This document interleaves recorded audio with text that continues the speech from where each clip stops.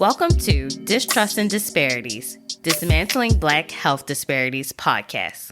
We examine health disparities that disproportionately affect Black women and Black families. In addition, we amplify organizations and individuals working to dismantle racist health practices and systems to improve health outcomes for marginalized communities. I'm your host, Jasmine Moore, a registered nurse, and I'm joined by my good friend and co-host, Camille White. It's hard. I'm missing milestones. Justice for me and my daughter. That's all I'm asking, to just allow the truth to prevail. In this episode, we cover the troubling case of Jocelyn McLean, a Black woman who spent nearly a year in prison after being wrongfully charged for the death of her newborn. And we highlight Dr. Joye Carter, a distinguished Black female forensic pathologist working to address racial bias in the field of forensic pathology and medical examiners. Welcome back to another episode of Distrust and Disparities podcast. We are excited to be back. Yes. And this week, we wanted to discuss racial bias in the field of pathology. And before we jump into this episode, I want to give you guys some quick definitions and also clear up some things because even I had to do some fact checking and make sure I was on the same page. So just some quick definitions. Pathology is a broad study in the field of medicine, and forensic pathology, I'll break down the term. Forensic implies the application of scientific methods or techniques to a criminal investigation, and pathology refers to the scientific study of the cause and outcomes of a disease. So put that together.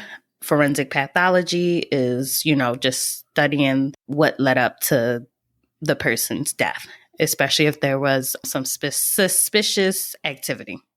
And a medical examiner is a medical doctor that examines bodies after death to determine the cause of death. And it's usually under suspicious or criminal circumstances. And I know a lot of people use medical examiner and also coroner like interchangeably. I know we all watch our true crime shows, our SVU, but there is a big difference between medical examiners and coroners. Coroners, they often collect a deceased body from a crime scene and they bring it in for investigation. A coroner is an elected or appointed official who works closely with the sheriff's department to officially certify the cause of death. I know I was one of the ones that thought medical examiner and coroners were two in the same, but I'm glad we looked this up and just clarified things. What about yourself, Camille? Did you know this? I felt the same way where they are used interchangeably, I guess, for, the everyday citizen or people who aren't involved in that field. You think that they both would have, a medical degree and they both are sort of acting in the same way, just sometimes one word is used over the other. But yeah, those are clear differences. And then if anything, too, the fact that a coroner is an elected or appointed official is just like, okay, so there's politics involved. We're not just talking in the world of science now. There are politics in that. Yep. And even with the medical examiner, they have to work closely with detectives and also get information from the hospital. But like we said, the medical examiner, they have that medical degree. They're trained in pathology. And they're supposed to apply scientific methods and techniques. So just keep that in the back of your mind. It's supposed to be based on science. Yes. And also just wanted to point out the trial of George Floyd was a part of the catalyst of shedding light on racial biases, specifically in the forensic medical field. The original autopsy report for George Floyd classified his death as a homicide, and it also listed heart disease, fentanyl, and methamphetamine as contributing factors to George Floyd's death. The family hired two separate forensic scientists to conduct their own autopsies, And both of them said that an asphyxiation, which is the deprivation of oxygen, was the cause of death. And they placed the blame squarely on the police officers involved. And we'll jump right into during the trial of the officer Derek Chauvin, who was on video camera caught kneeling on George Floyd's neck for a total of 8 minutes and 46 seconds. Derek Chauvin's defense lawyers, they brought in Dr. David R. Fowler, and he is considered one of the country's top forensic pathologists, and he's also former chief medical examiner for the state of Maryland. And as y'all know, we from Maryland. If y'all don't know. But if you don't know, now you do. Right. Just throwing that in there. But so Dr. Fowler, he testified that George Floyd's medical conditions were the main cause of his death. He even took it a step further and theorized that the emissions from the squad car's tailpipe were also a contributing factor to his demise. And he stated that he would have classified the manner of death as undetermined rather than a homicide.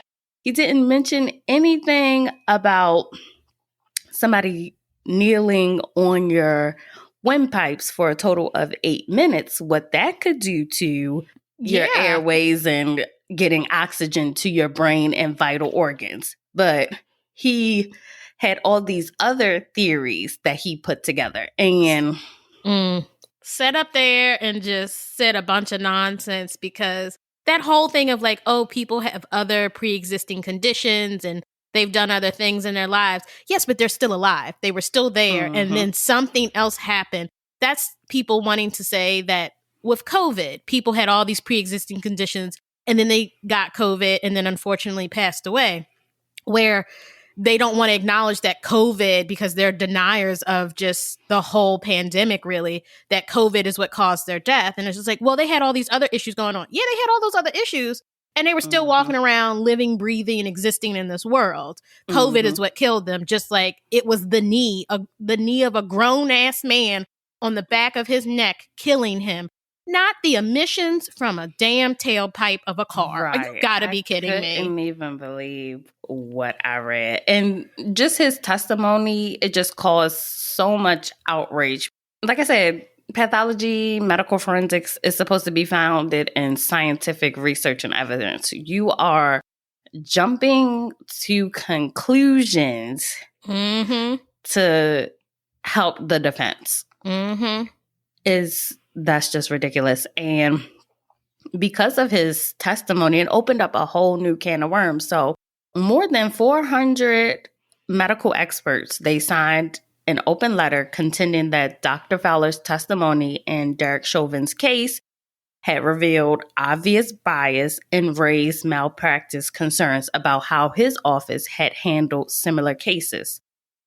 The state of Maryland officials announced just this October 2022 that they are going to bring in experts to review autopsy files of over 100 people who died in law enforcement custody to see if medical examiners exhibited racial bias or were slanted in favor of law enforcement. So we're going to follow up on the results of this review and just see what bringing in outside experts to look at these cases, what they determine, and just see how racial biases play effect in how medical examiners, perform their autopsies. Like, do their racial biases have an effect on the outcome of the cause of death and things like that? But clearly with his testimony, like you said, it points out clear racial biases. And that could be a whole separate episode. Maybe once we get the results of this report, we will follow up. But let's jump into this week's main story, which also clearly highlights how racial bias in the medical field has devastating consequences. So, for our main story, we want to cover Jocelyn McLean and the death of her baby girl. So, Jocelyn McLean, she's a Black woman. She was 29 years old when she gave birth to her third child, Emberly McLean Bernard, in rural Mississippi. And this took place on September 14th, 2016. Jocelyn, she had to have a C-section, and the C-section was performed at University of Mississippi Medical Center. And Emberly was born 6 weeks premature, which resulted in some medical complications. However, Emberly was released from the hospital in only 6 days. And she weighed only 5 pounds when she was discharged from the hospital. To me, that seems like she was released a little bit too soon, but my expertise is not in neonates. But to me, it seems like she was released a little too early. And according to her mom, Jocelyn, baby Emberly, she barely cried and she barely ate. Only 2 days after being discharged from the hospital, on the evening of September 21st, Jocelyn, she reported that she heard Emberly make 2 loud screeching sounds that startled her. She noticed that her baby girl, she appeared to be grasping for air. So Jocelyn, she rushed to the nearest hospital, and while en route to the closest hospital, she called 911 to let them know that she was on her way with her child and having breathing difficulties. And according to Jocelyn, the child was already turning blue en route to the hospital. By the time Jocelyn got to the hospital staff was aware that Jocelyn was coming in with her baby, and they immediately met her and they started to perform CPR as soon as the baby arrived. And the baby was in respiratory distress. Some of the interventions that the hospital performed on baby Emberly during this cold situation. So with CPR, they started chest compressions. So with chest compressions, trying to stimulate the heart. They also inserted several IVs. And from experience, just inserting IVs on a child is tough, but it's even harder during a cold situation. So they had to place an IV in her neck and also in her scalp. They also, because she was in respiratory distress, she wasn't breathing, they inserted a breathing tube to pump oxygen into her lungs. And they also had to insert a rectal thermometer, and that's so that they can get accurate temperatures on the child. So these are just some of the interventions that they were doing to try to revive baby Emberly. And the hospital emergency team, they spent 4 hours trying to revive baby Emberly. And the hospital staff was joined in their efforts by the emergency flight team from Memphis Children's Medical Center. They wanted to airlift baby Emberly to a specialized children's hospital, but unfortunately, they weren't able to stabilize the child in order to airlift her to the children's hospital.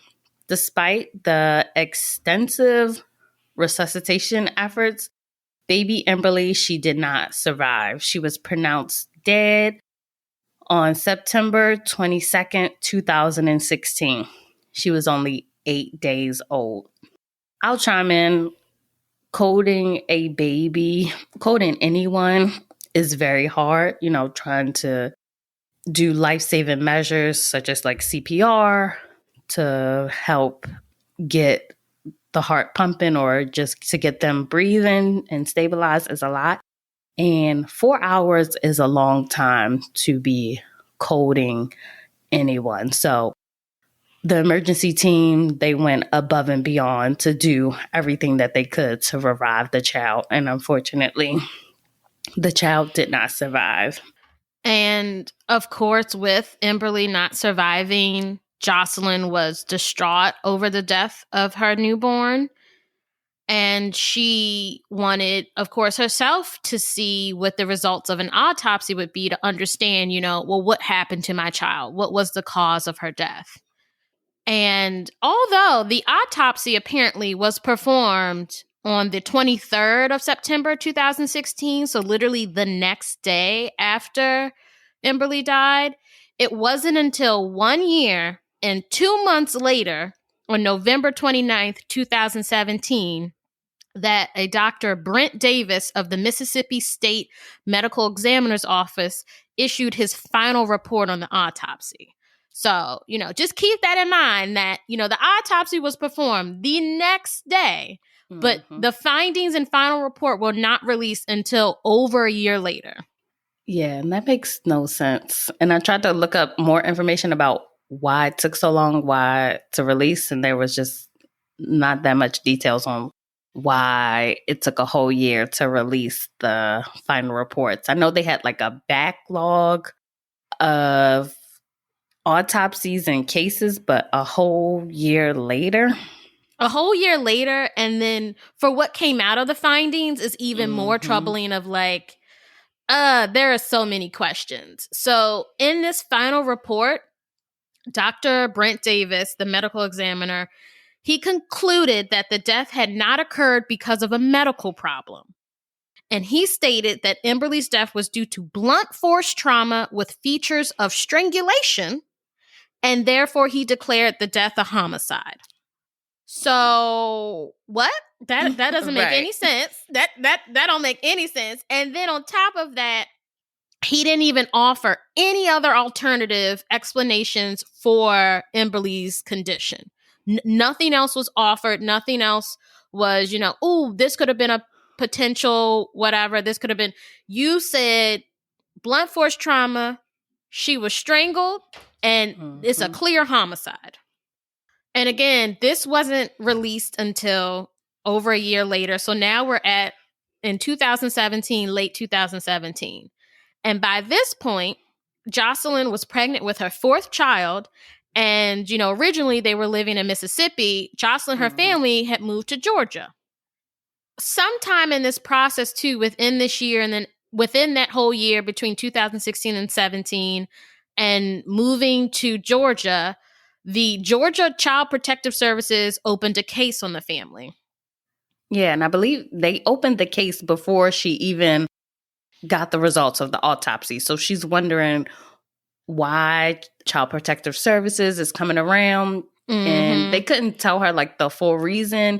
And, they made it seem like somebody had harmed baby Emberly. Yeah. And they didn't release that, that she was the person of interest. They were just coming around. We were like, we have to investigate, your family.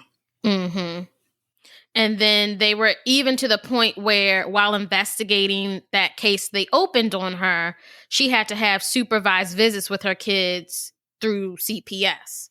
So again, like this is all very troubling where you're not informing this woman what occurred, and the way you're going about it is just, it feels reckless and like you really don't care truly about her or her children.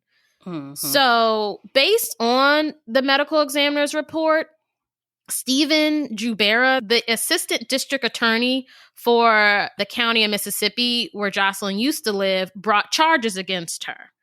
And so, again, the timeline is just like, it takes a while for a lot of stuff. But then it was on April 16th in 2019 that a grand jury indicted Jocelyn for capital murder. And an arrest warrant was issued accusing Jocelyn of causing the death of her daughter while, quote, engaged in the commission of felonious child abuse. Jocelyn was arrested on May 30th, 2019, and that was after, the arrest warrant was issued. She turned herself in. And again, when this all came out, originally, the final report, she was pregnant. So now her youngest child is 1 year old, and she's having to turn herself in because they're claiming now that she murdered her baby, her third child, Emberly, in 2016. And yeah, it just blows my mind. Like your child died a year ago suddenly, and you don't know what the cause was. And then a year later, they're coming to arrest you and blame you for the death of your own child. still grieving the loss of your child. Yes. You're raising 2 other young kids. And then add on top of that, they're coming in and accusing you of murdering your own child. Yeah. So, of course, Jocelyn was like stunned. Even the emergency room doctors, they were shocked that she was charged, because it's just like, we saw that baby. We tried to save that baby, and we don't know what y'all are talking about. And the prosecutor labeled Jocelyn as a monster and denied her bond and claimed that she was a danger to her children and a flight risk. And this is just like, she had no criminal history. So what are you talking about? And then also, did y'all ever talk to the Georgia CPS? Because they were investigating her. They would have been able to confirm whether or not she was an actual danger to her other kids, like you claim she was. And she turned herself in. It's not like you had to go hunting for her. No. And she turned herself in from another state. She came back to Mississippi. In what world is she a flight risk? And of course, we're in, the marvelous state of Mississippi, where a capital murder conviction can lead to the death penalty or life in prison. So big deal all around. Also, because of that, I think prosecutors, and usually I think how it goes in situations of trials, you want to offer plea deals so you can avoid a trial, avoid the expense of a trial, the time spent on a trial. And they made several plea deals to Jocelyn. And she even though she knew she was innocent, she knew she did nothing wrong to her baby, she considered them because she had 3 other kids. So she's thinking they're offering her, here's some time in, and then eventually you'll get parole. Eventually you'll get out. Eventually you'll get to see your kids. Or the fact, too, that like she could end up with the death penalty. Then she's thinking, well, maybe I just have to go sit in prison and I can still be alive to in some way be there for my other kids. Yeah, a criminal investigation, being in jail, being away from your children and your family, that can wear on you. So much. When you're contemplating taking this case to trial, even though you know you did not harm your child, it's like, do I take the risk of going to court? And even though I know I did not harm my child, if I lose, I will never see my other children again. I could possibly be dead myself. So it's like, even though you know you didn't do anything, you're contemplating like, what can I do to get out of this situation, to get out of jail the soonest? How can I be with my family? And so they're offering all these plea deals and you're like contemplating it. And especially in a situation where like you don't have money to then go out and get some fancy lawyer who can maybe make all these promises or at least tell you like, no, we have a fighting chance. Because if she had on a public defender. Yeah, you're completely relying on them. And luckily, we'll discuss more, but like her public defender did their job and really helped her out. And the problem with relying on a public defender is that they are overworked and underpaid. So a lot of things do slip through the cracks with public defenders because they're trying to help so many people when they barely have the resources to do that. And luckily, because of Jocelyn's mother, her mother was like, you are innocent and we will fight this. And she did not take any of the plea deals that were offered. And while she was in jail, no bond, she spoke with her kids on the phone every single day. And she, again, turned herself in May 30th. In December 2019, she finally got to see her youngest child. And what was so sad, and I remember I wanted to point this out, is that her child walked past her, not realizing that that was her mom. She didn't recognize Jocelyn because she had been away from her for so long, and especially such a young age. So I think that even maybe motivated her even more, like, no, I have to fight this because my baby doesn't even know me. Yeah. And ultimately, in total, Jocelyn spent 10 months and 23 days in jail before her bond was finally set. So on April 23rd, 2020, she posted the $100,000 bond and went back to Georgia to be with her family and children. But, on top of that bond, she had to pay more than $300 a month for GPS monitoring. So they're going to get you one way or another. Right. And it's just so sad because, again, the system is set up in a way where if she didn't have any money to, say, even get out, say she did have a bond originally, she would be stuck there. If she didn't have the money to pay this monthly bill for GPS tracking, she would be stuck there. Mm-hmm. The whole system is just so rigged in such a way where they do demonize poor people because they're the ones that then are stuck in jail for like years at a time because they don't have the funds to get out. And it's solely that. Because a lot of people then think, well, if they're in there, they must be guilty. No, that's not how our system works. It says innocent until proven guilty. Mm-hmm. Yeah. But a lot of times, if you don't have the money to hire your own lawyers, if you don't have the money or the support to be able to post bail and to get out, you could be stuck in jail. And also, like, even if you did not do the crime, contemplating taking the plea deal so that you can get out because it's such a backlog of the cases. And like I mentioned earlier, Jocelyn's public defender really was able to do such a great job in defending her.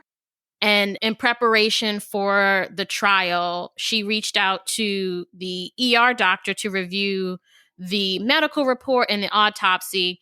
And he disputed everything in that autopsy report because he was just like, I performed all these life-saving measures on this baby that night that she passed away. Like, I know what that baby looked like coming in. So Jocelyn's public defender, Tara Lang, then brought on Dr. Joye Carter, a forensic pathologist, to review the case.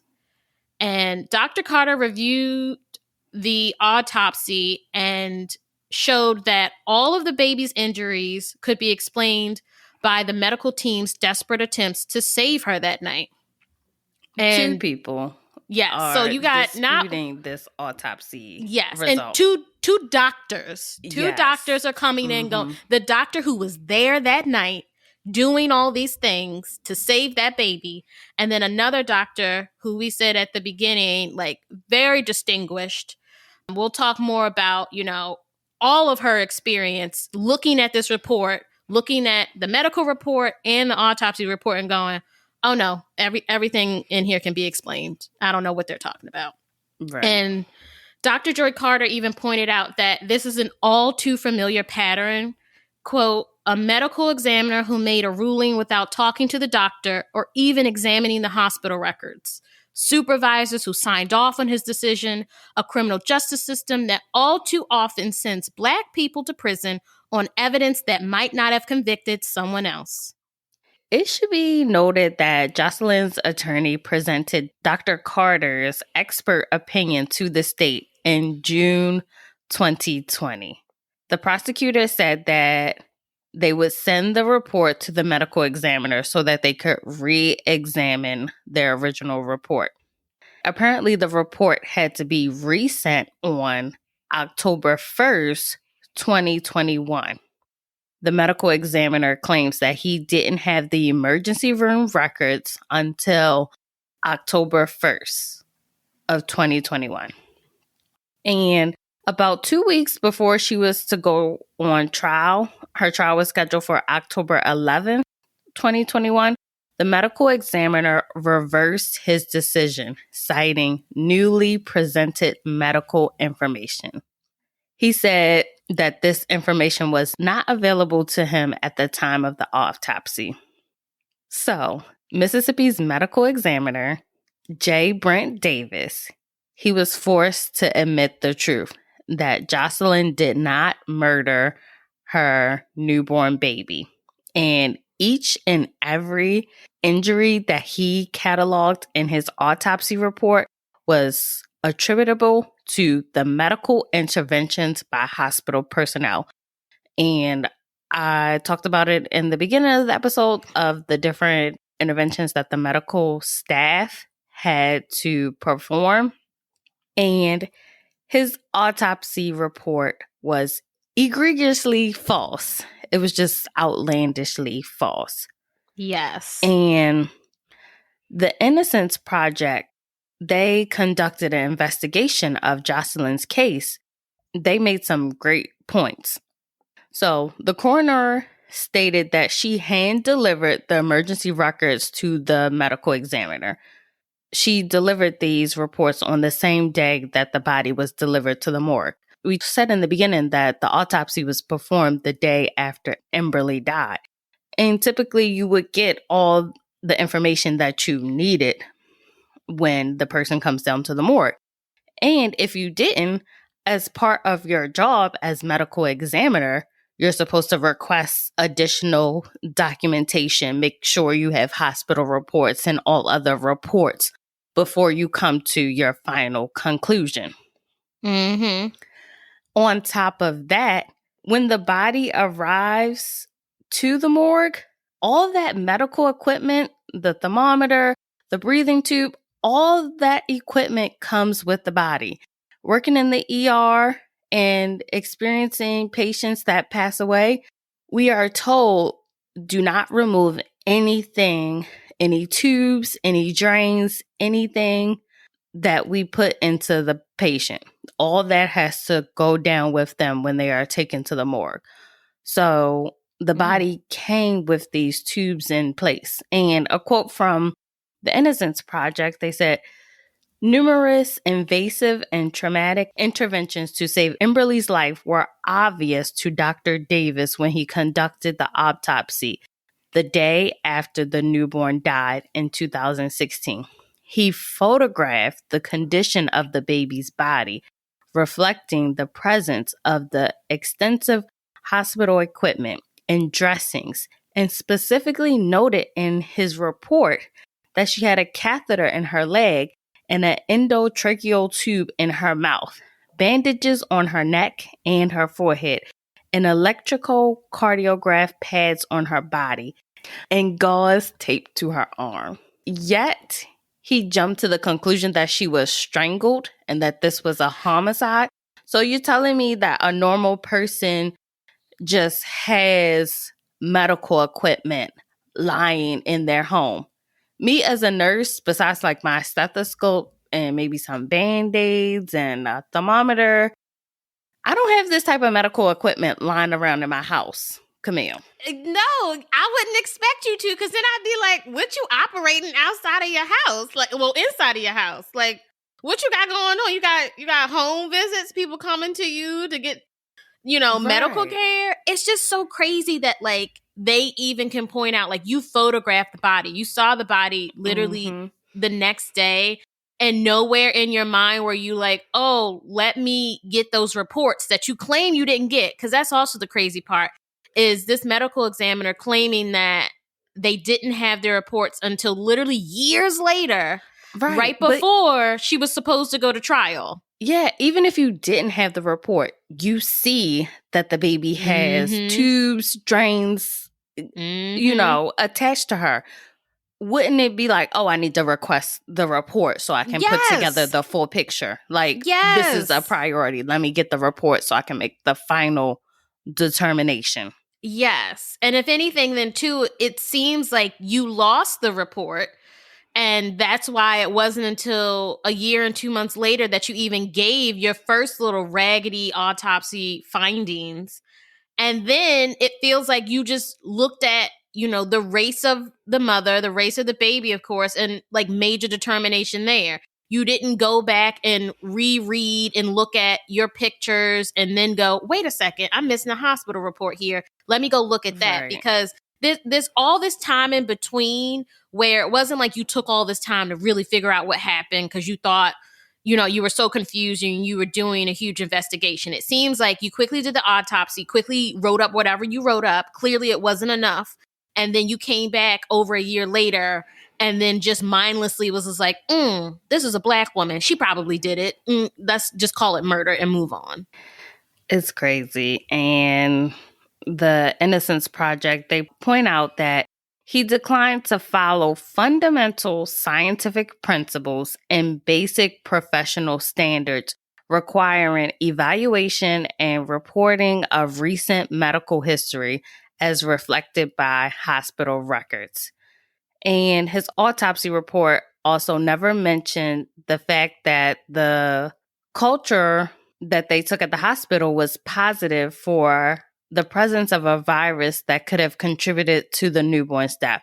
So he didn't document scientific evidence and facts in his report. And this woman is facing life in prison over a extremely false medical report.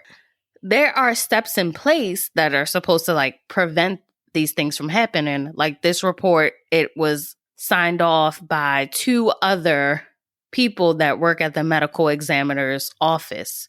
Like it's supposed to be reviewed and checked and followed up. But these checks and balances, obviously, either they didn't look at it, they just signed it off and just kept it moving.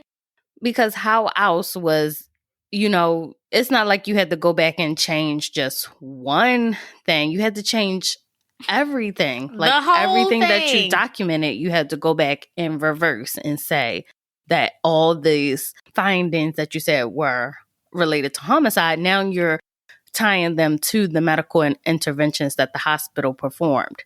This is just crazy. It makes no sense. Like a woman could have been in jail for the rest of her life.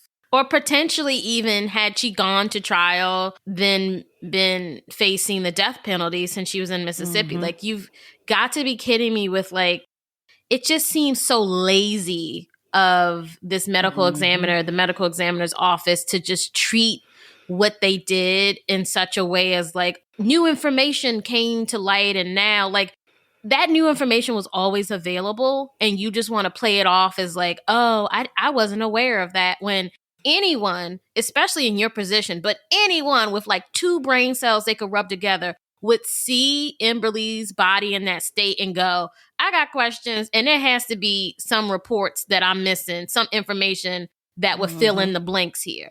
Instead, he filled it in with whatever nonsense he came up with and then pointed the blame all to Jocelyn. And it's just, you've got to be kidding me.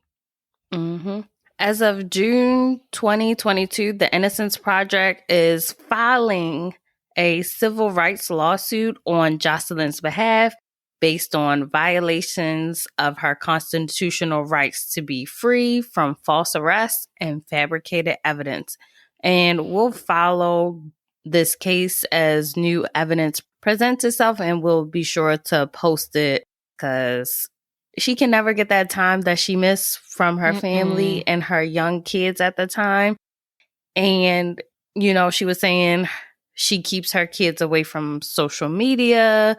And when her lawyer calls, she'll tries to take the calls in a separate room because she just doesn't want her kids to know what she's gone through. But once they get older, they can look this up and just see all the horrible things that were said about their mom. So it's just crazy. And it really is. Because I remember her even stating that all her kids knew and were told is that she went away to work because she just didn't want to traumatize them.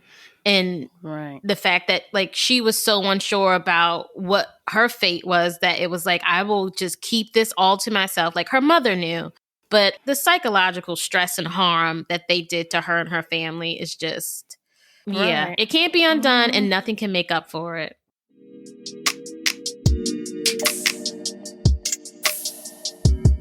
And now we want to segue into the second part of our show where we highlight an individual or organization working to dismantle racist health practices. And we just wanted to circle back and just talk more about Dr. Joye Carter.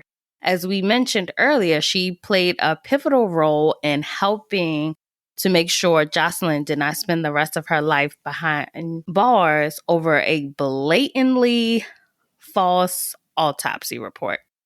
Dr. Carter, she was the first Black chief medical examiner in U.S. history. That's crazy. The first. Yeah. I wonder how many have come after her. But after pointing out this case, there definitely needs to be more, and how with Maryland, they're starting to look at previous autopsy reports and just see if there was medical bias in place. So there's definitely a need. And She was also the former chief medical examiner for Houston, Texas, and the first Black medical examiner in the entire state of Texas.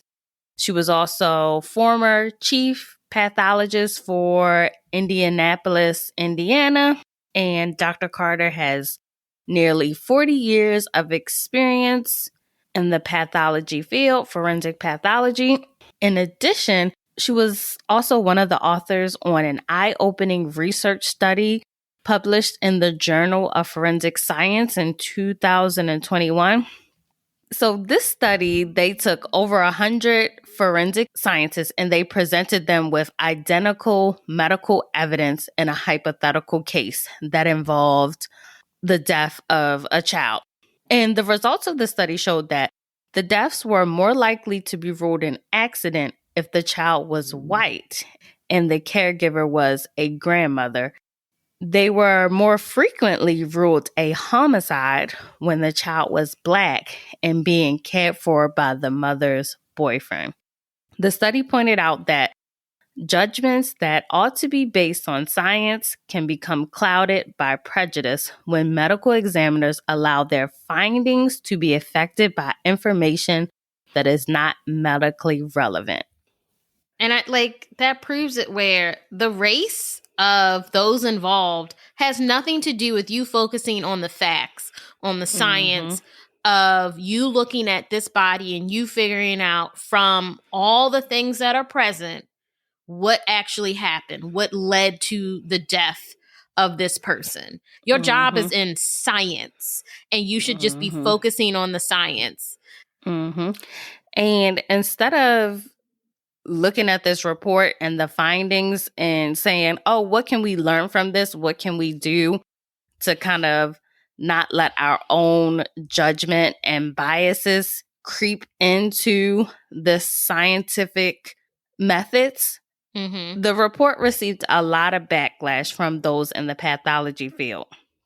Of course, the pathologists, they weren't happy with being called out for their bias. And the National Association of Medical Examiners complained that the study had been poorly designed and improperly conducted. One association member filed an ethics complaint against Dr. Carter, and 3 of the other forensic pathologists listed as authors, claiming that the paper would do irreparable damage to our profession. One of the authors suggested retracting the paper simply to end the controversy. He was like, I can't sleep at night because of all the hate I am receiving. And also, in frustration, Dr. Carter, who spent years trying to expand racial representation in the profession, resigned as head of the organization's diversity committee. So instead of looking at the report and saying, oh, hey, this is a problem, like we should address it, we need to do something, they're like, no, take it back, it's wrong. The fact that you're just like, oh, this is going to do so much damage to our profession, and why don't you just take it back and act like it never happened? Because, I'm receiving so much hate, when you're not acknowledging that you wield so much power in that profession. And you're talking about you're having so much damage done to your career, your field of study. You are destroying lives. You are destroying families. And you can't even acknowledge that, you're wrong. It's called being accountable. You have to acknowledge in whatever field you work in that you can be wrong. You can make mistakes, and you should then be working to correct them, especially in this field when your reports, your findings could literally end someone's entire life. You could do something that they could never come back from. And you're worried about oh, I can't sleep because of all the hate, when it's just deservedly so. People are just what the hell are y'all doing? And instead of going, oh, wait a second, yeah, this is a problem. And like you said, if you're questioning the study, it should be hey, we hear what you're saying, but we have a question about the methods that were used. Why don't we do this study again? Why don't we try to open it up to more people? Let's really dig into this and really figure out what's going on. And let's correct this because you really care about people. And we both know at the end of the day, these are a bunch of white men who are pushing back on this. and saying, no, leave us alone. We know what we're doing. There's no problems here. When it, like, there are so many problems. There, like, you have to be able to acknowledge that you are not perfect. Therefore, you will make mistakes. Absolutely. And it's all about being accountable for that and trying to correct them, especially as soon as possible. But when you can clearly see that this isn't like a one-off, this is something that is heavily embedded. And the whole reason why we have our podcast to talk about how racism is just embedded in everything, in healthcare too. Like, you have to face it head on, and you have to be proactive. You have to be preventative. You can't just go, oh, well, I don't feel like changing because what, you're racist and you don't really care? Like, why don't you want to acknowledge that y'all ain't doing the best you could do? You turning in raggedy ass reports. Right. And just have so much backlash and like, no, this is wrong versus looking at it and just getting to the root and like, how can we address this? How can we do better? How can we improve? And like you basically said, so many people's lives are affected by your reports and your findings. So this needs to be as accurate as possible. There needs to be checks and balances in place to make sure that we are doing it right. Yes. And then I can understand Dr. Carter being a Black woman, being the first in so many ways in this field, being such a pioneer where, again, like we said, like she has over 40 years of experience in this, going, you know what? I throw my hands up. Like, I'm done with y'all. I can't. It is. Y'all wore this woman down to the point of like, she was trying and had been trying. And she does continue to in other ways because she continues to do her work. And she's a consultant and trying to help other people. But like, she was done with y'all because y'all weren't trying to change. Y'all don't want to change because y'all don't see anything wrong. And y'all don't see anything wrong because you're racist. And you don't actually really care about making sure that innocent people aren't like subjected to your bullshit. And like I said, Dr. Carr, she got into the field, opened the door for many other Black and minority people interested in the forensic science field to come behind her. And also, just Emberly's case is not the only case she's reached out to be an expert on, to just review autopsies that were wrong as well. I believe she consulted on the George Floyd's case as well. So she's, like I said, she's continuing to call out the racial biases that are present in this field. And she's going against the tide, you know, she's fighting. So that's why it's important that we highlight cases like Jocelyn and individuals like Dr. Carter that are working to fight against just the racism that's just embedded in our healthcare system. And Dan Simon, a professor of law and psychology who served for 6 years on a federal committee whose goal was to create better forensic standards. He said, medical examiners have been uniquely resisting to adopting to reforms. And basically translate that, they don't want to change their ways. And he said, this is a serious problem because it creates the perfect storm. Critics say that reluctance to admit to the possibility of bias, combined with the lack of diversity in a profession and a traditionally cozy relationship with law enforcement, can increase the chances of racial disparities when medical examiners make mistakes. Thanks for listening to this week's episode. If you would like to suggest a topic we should discuss or share your own personal story, email us at distrustanddisparities@gmail.com. Don't forget to subscribe wherever you listen to podcasts. Please rate, review, and follow us on Instagram and Facebook at Distrust and Disparities and on Twitter at DistrustPod.